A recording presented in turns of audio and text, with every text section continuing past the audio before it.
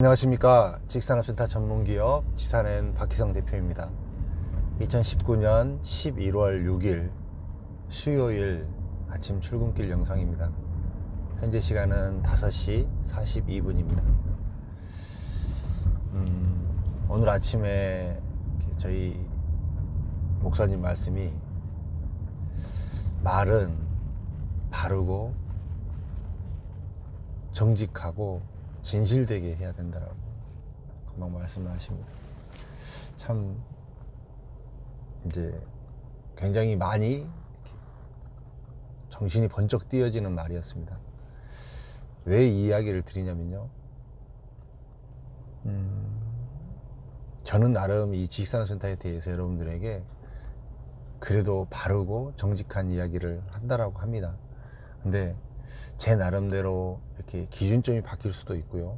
저도 완전한 사람이 아니기 때문에 제가 이렇게 여러분들에게 하는 이야기 자체가 약간 틀린 부분도 있을 수 있습니다. 그렇지만 그럴지라도 최대한 저는 여러분들에게 이 지식산업센터에 대해서 객관적인 내용을 이야기를 하려고 노력할 것이고요. 그렇기 때문에 날마다 그런 거에 대해서 늘 제 스스로 이렇게 아침에 일찍 그런 걸 다짐하고 또 좀 더 바르고 정직하게 살아가기 위해서 노력하고 준비하는 사람이라는 것을 좀 이해해 주셨으면 좋겠습니다. 오늘 영상에서는 이 지식산업센터에 관해서 전통적인 강자가 있습니다. 전통적인 강호가 있습니다.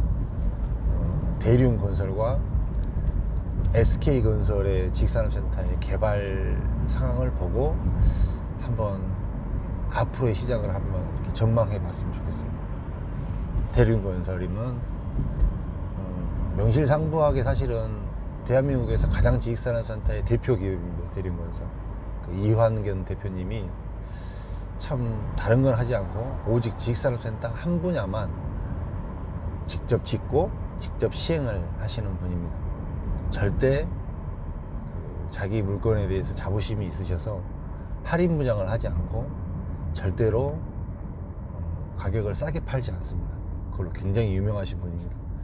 예전 2007, 8, 9년도 요또 당시에도 감히 상상할 수 없었던 다른데 500만원, 600만원 분양가를 할 때 그때 당시에 이미 700만원 분양가를 책정을 해서 분양을 하셨던 분이고요. 남아있던 그 미분양, 오래된 미분양들 또한 결국은 가지고 계시다가 2015년, 16년 이때까지 끌고 가서 결국은 다 정리를 하시고, 정말 참 이렇게 지식산업센터 분야에서는 굉장히 독보적인 분이십니다.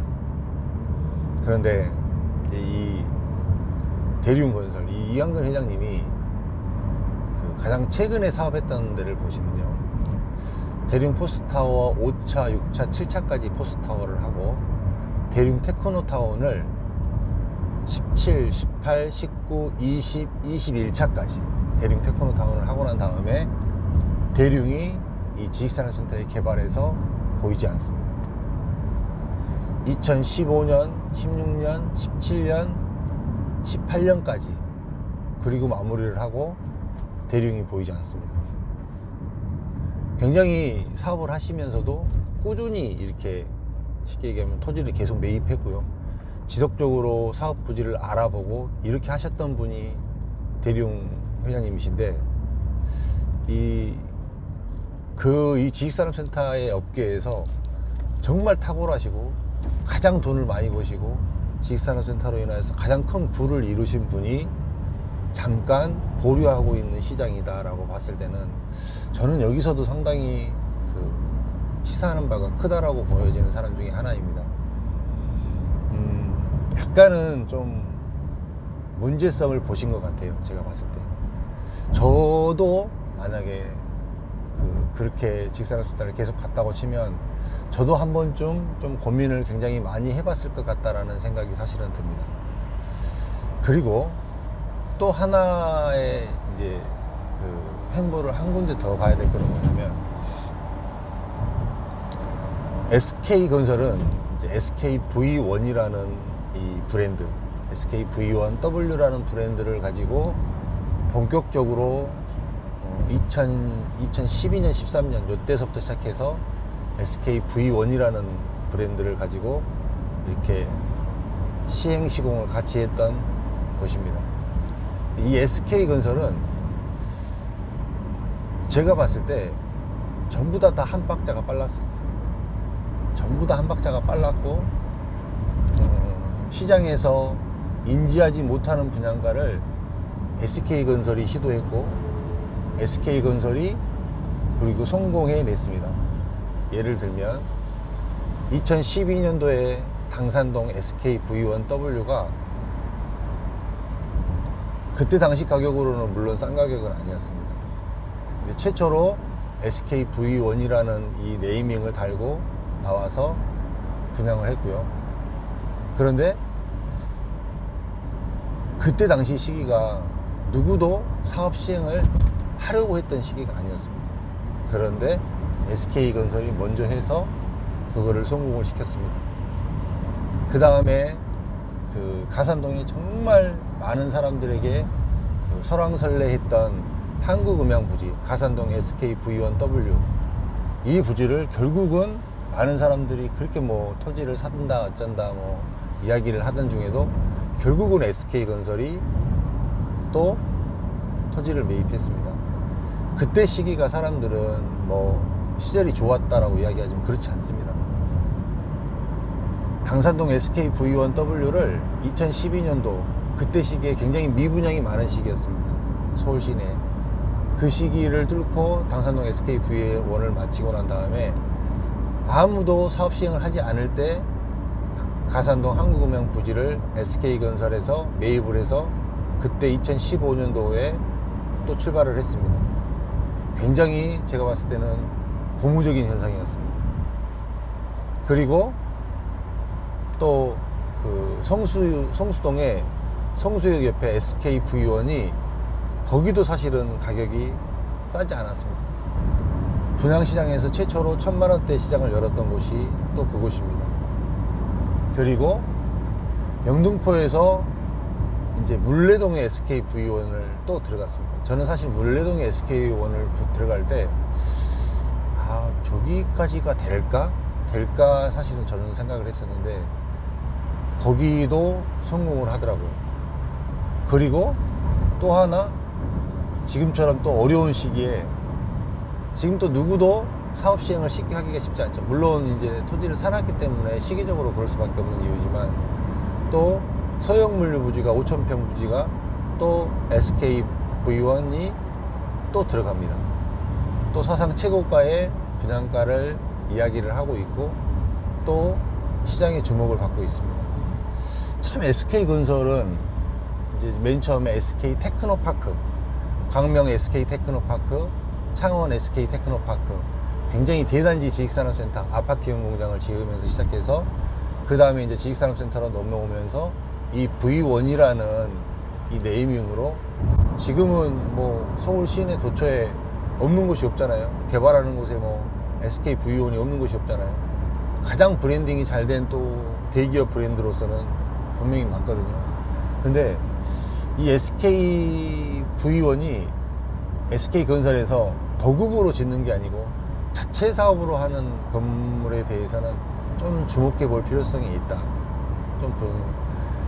당산동 SKV1이 조금 이른 선택으로 인해서 굉장히 선택한 사람들에게 그 남아있는 가치, 더 올라갈 수 있는 폭의 이제 이런 이익을 남겨줬다면 가산동 한국음향 SKV1W도 이것도 약간 일찍 들어감으로 인해서 실제 분양을 받았던 사람들에게 상당히 많은 부를 안겨줬던 것입니다. 이런 맥락으로 SKV1이 나오는 직접 SK건설에서 직접 시행 시공을 하는 이런 현장, SKD&D에서 직접 개발하려고 이 토지를 매입하는 이런 케이스를 좀 본다면 약간 조금 좀 다른 부분이 보이지 않을까라는 이런 생각이 사실은 조금 보여집니다. 이 지식산업센터에서 이 두 개의 강자, 굉장히 획기적인 한 획을 그었던 이 두 건설사가 한쪽은 완전히 모든 사업을 스톱하고 더 이상 차기 사업을 지금 진행하고 있지 않는 상태가 됐고요. 한쪽은 이제 단순 도급으로는 많이 짓지만 또 어떤 행보를 보일지, 여기서 또 우리 투자자들은 어떤 힌트를 얻어서 어떻게 또 이 지식산업센터 시장을 바라봐야 될지 좀 고민해 볼 일인 것 같습니다. 특히 이제 대리용 이완근 회장님 같은 경우를 좀 눈여겨볼 필요성이 있는 게, 참 고지식하게 지식산업센터만 하셨고요. 입지가 안 좋은 곳을 들어가질 않았어요. 그리고 대리용건설은 단순 도급을 하지를 않았습니다. 오직 자기가 짓는 건물에만 대리용이라는 브랜드를 썼어요. 그런데 이 회장님이 차기 사업지를 정하지 않았다. 저는 이제 가산동에 지금 양지사 부지도 굉장히 설왕설래하고 그랬기 때문에 사실은 대리용이 조금 더 움직일 줄 알았는데, 제 판단은 대리용 회장님 생각으로는 이제 가산동이 어차피 대리용에 주모되기 때문에 아직은 가산동이 뭐 1,000만 원이 훌쩍 넘는 이런 분양가를 인식하지 못한다라고 생각을 했던 것 같습니다. 제 판단에는. 그런 부분들, 이런 게 시사점도 있다. 여러분들이 이렇게 좀 한번 생각을 해주시면 좀 사고가 여러분들이 많이 좀 늘어날 것 같아요. 그렇죠? 저는 이제 지식산업센터, 저 또한 이제 저는 필드에서 맨 처음에 기업체를 상대로 해서 영업을 굉장히 열심히 했고요. 그리고 사람들을 모아서 많이 교육하고 분양 대행사를 설립하고, 분양 대행사 중에는 굉장히 인지도 있고 거의 뭐 순위에 들어갈 정도의 분양 대행사를 이끌어보고, 지금도 또 그 일을 하고 있고, 지금은 이제 지식산업센터를 이렇게 개발을 하게 되면 어떤 식으로 개발을 해야 되느냐, 이런 부분에 대해서 컨셉도 제안하고, 이런 식의 접근이 맞다라고 이렇게 많이 사업 제안을 많이 합니다. 그런 일을 더 주로 합니다. 그러면서 이제 또 여러분들하고 이렇게 소통을 하면서 또 유튜브까지 하게 되니까 진짜 하루 종일 지식산업센터에 대해서 생각을 하는 것 같아요.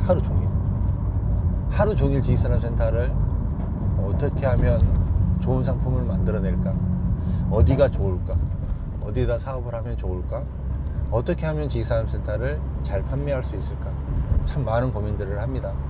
이제 그래도 이제 경험도 있고 필드에서의 실제 뛰어본 경험, 그 다음에 아직도 이 필드에 있는 이 경험, 그 다음에 이 필드에 있는 감각이, 저는 사실은 뭐 낯뜨거운 이야기고 보편적인 이야기일지라도 여러분들이 들었을 때는 굉장히 큰 도움이 되는 이야기일 수도 있다라는 생각이 들어서 좀 시시콜콜하게 사실은 이야기를 드립니다. 여러분들이 지식산업센터가 여러분들의 부잖아요. 돈을, 주머니에서 돈이 나가고 이 돈이 더 불어나느냐 더 줄어드느냐, 이 돈에 관련된 이야기이기 때문에 좀 더 탄력적으로 생각을 하시고 합리적으로 생각하시고 들어주시면 여러분들이 선택하고 나아가는 방향에 있어 굉장히 도움이 되실 거라고 생각이 됩니다. 제가 알고 있는 것들을 이야기를 해드릴 것이고요. 나중에 이제 정말로 저라는 사람이 더 신뢰가 되고, 저라는 사람이 믿음이 가고, 저라는 사람이 저 사람은 지식산업센터를 한번 해봐도 정말 성공할 수 있을 사람이다라고 판단이 된다면 어느 때인가 돼서는 저도 그걸 준비를 지금 현재 하고 있고, 저에게 투자할 수 있는 여력도 조금만 남겨주세요. 다른데 지금 많이 투자하시고 저한테 투자할 부분도 조금만 남겨주시면 제가 여러분들을 위해서 제가 이제 다른 사람보다 조금 더 앞서가 생각하는 것처럼 제 나름대로 생각하는 이 지식산업센터에서 수익형 부동산으로서 감당할 수 있는 시스템은 있습니다. 개인적으로 오시는 분들한테는 사실은 이야기를 해드리고 있는데, 이제 그런 것을 실현해 낼 수 있도록 저도 더 공부하고 더 이렇게 부지도 선정하는 데 있어서 더 연습하고 그렇게 함으로 인해서 가장 리스크 없이 타이트하게 사업을 할 수 있는 이런 구상을 저도 해놓겠습니다. 그래서 여러분들과 제가 좀 더 지식산업센터를 통해서 많은 부를 이뤄낼 수 있는 그런 기회가 될 수 있었으면 좋겠습니다. 감사합니다. 영상이 좀 길어졌습니다. 평안한 하루 되십시오. 감사합니다.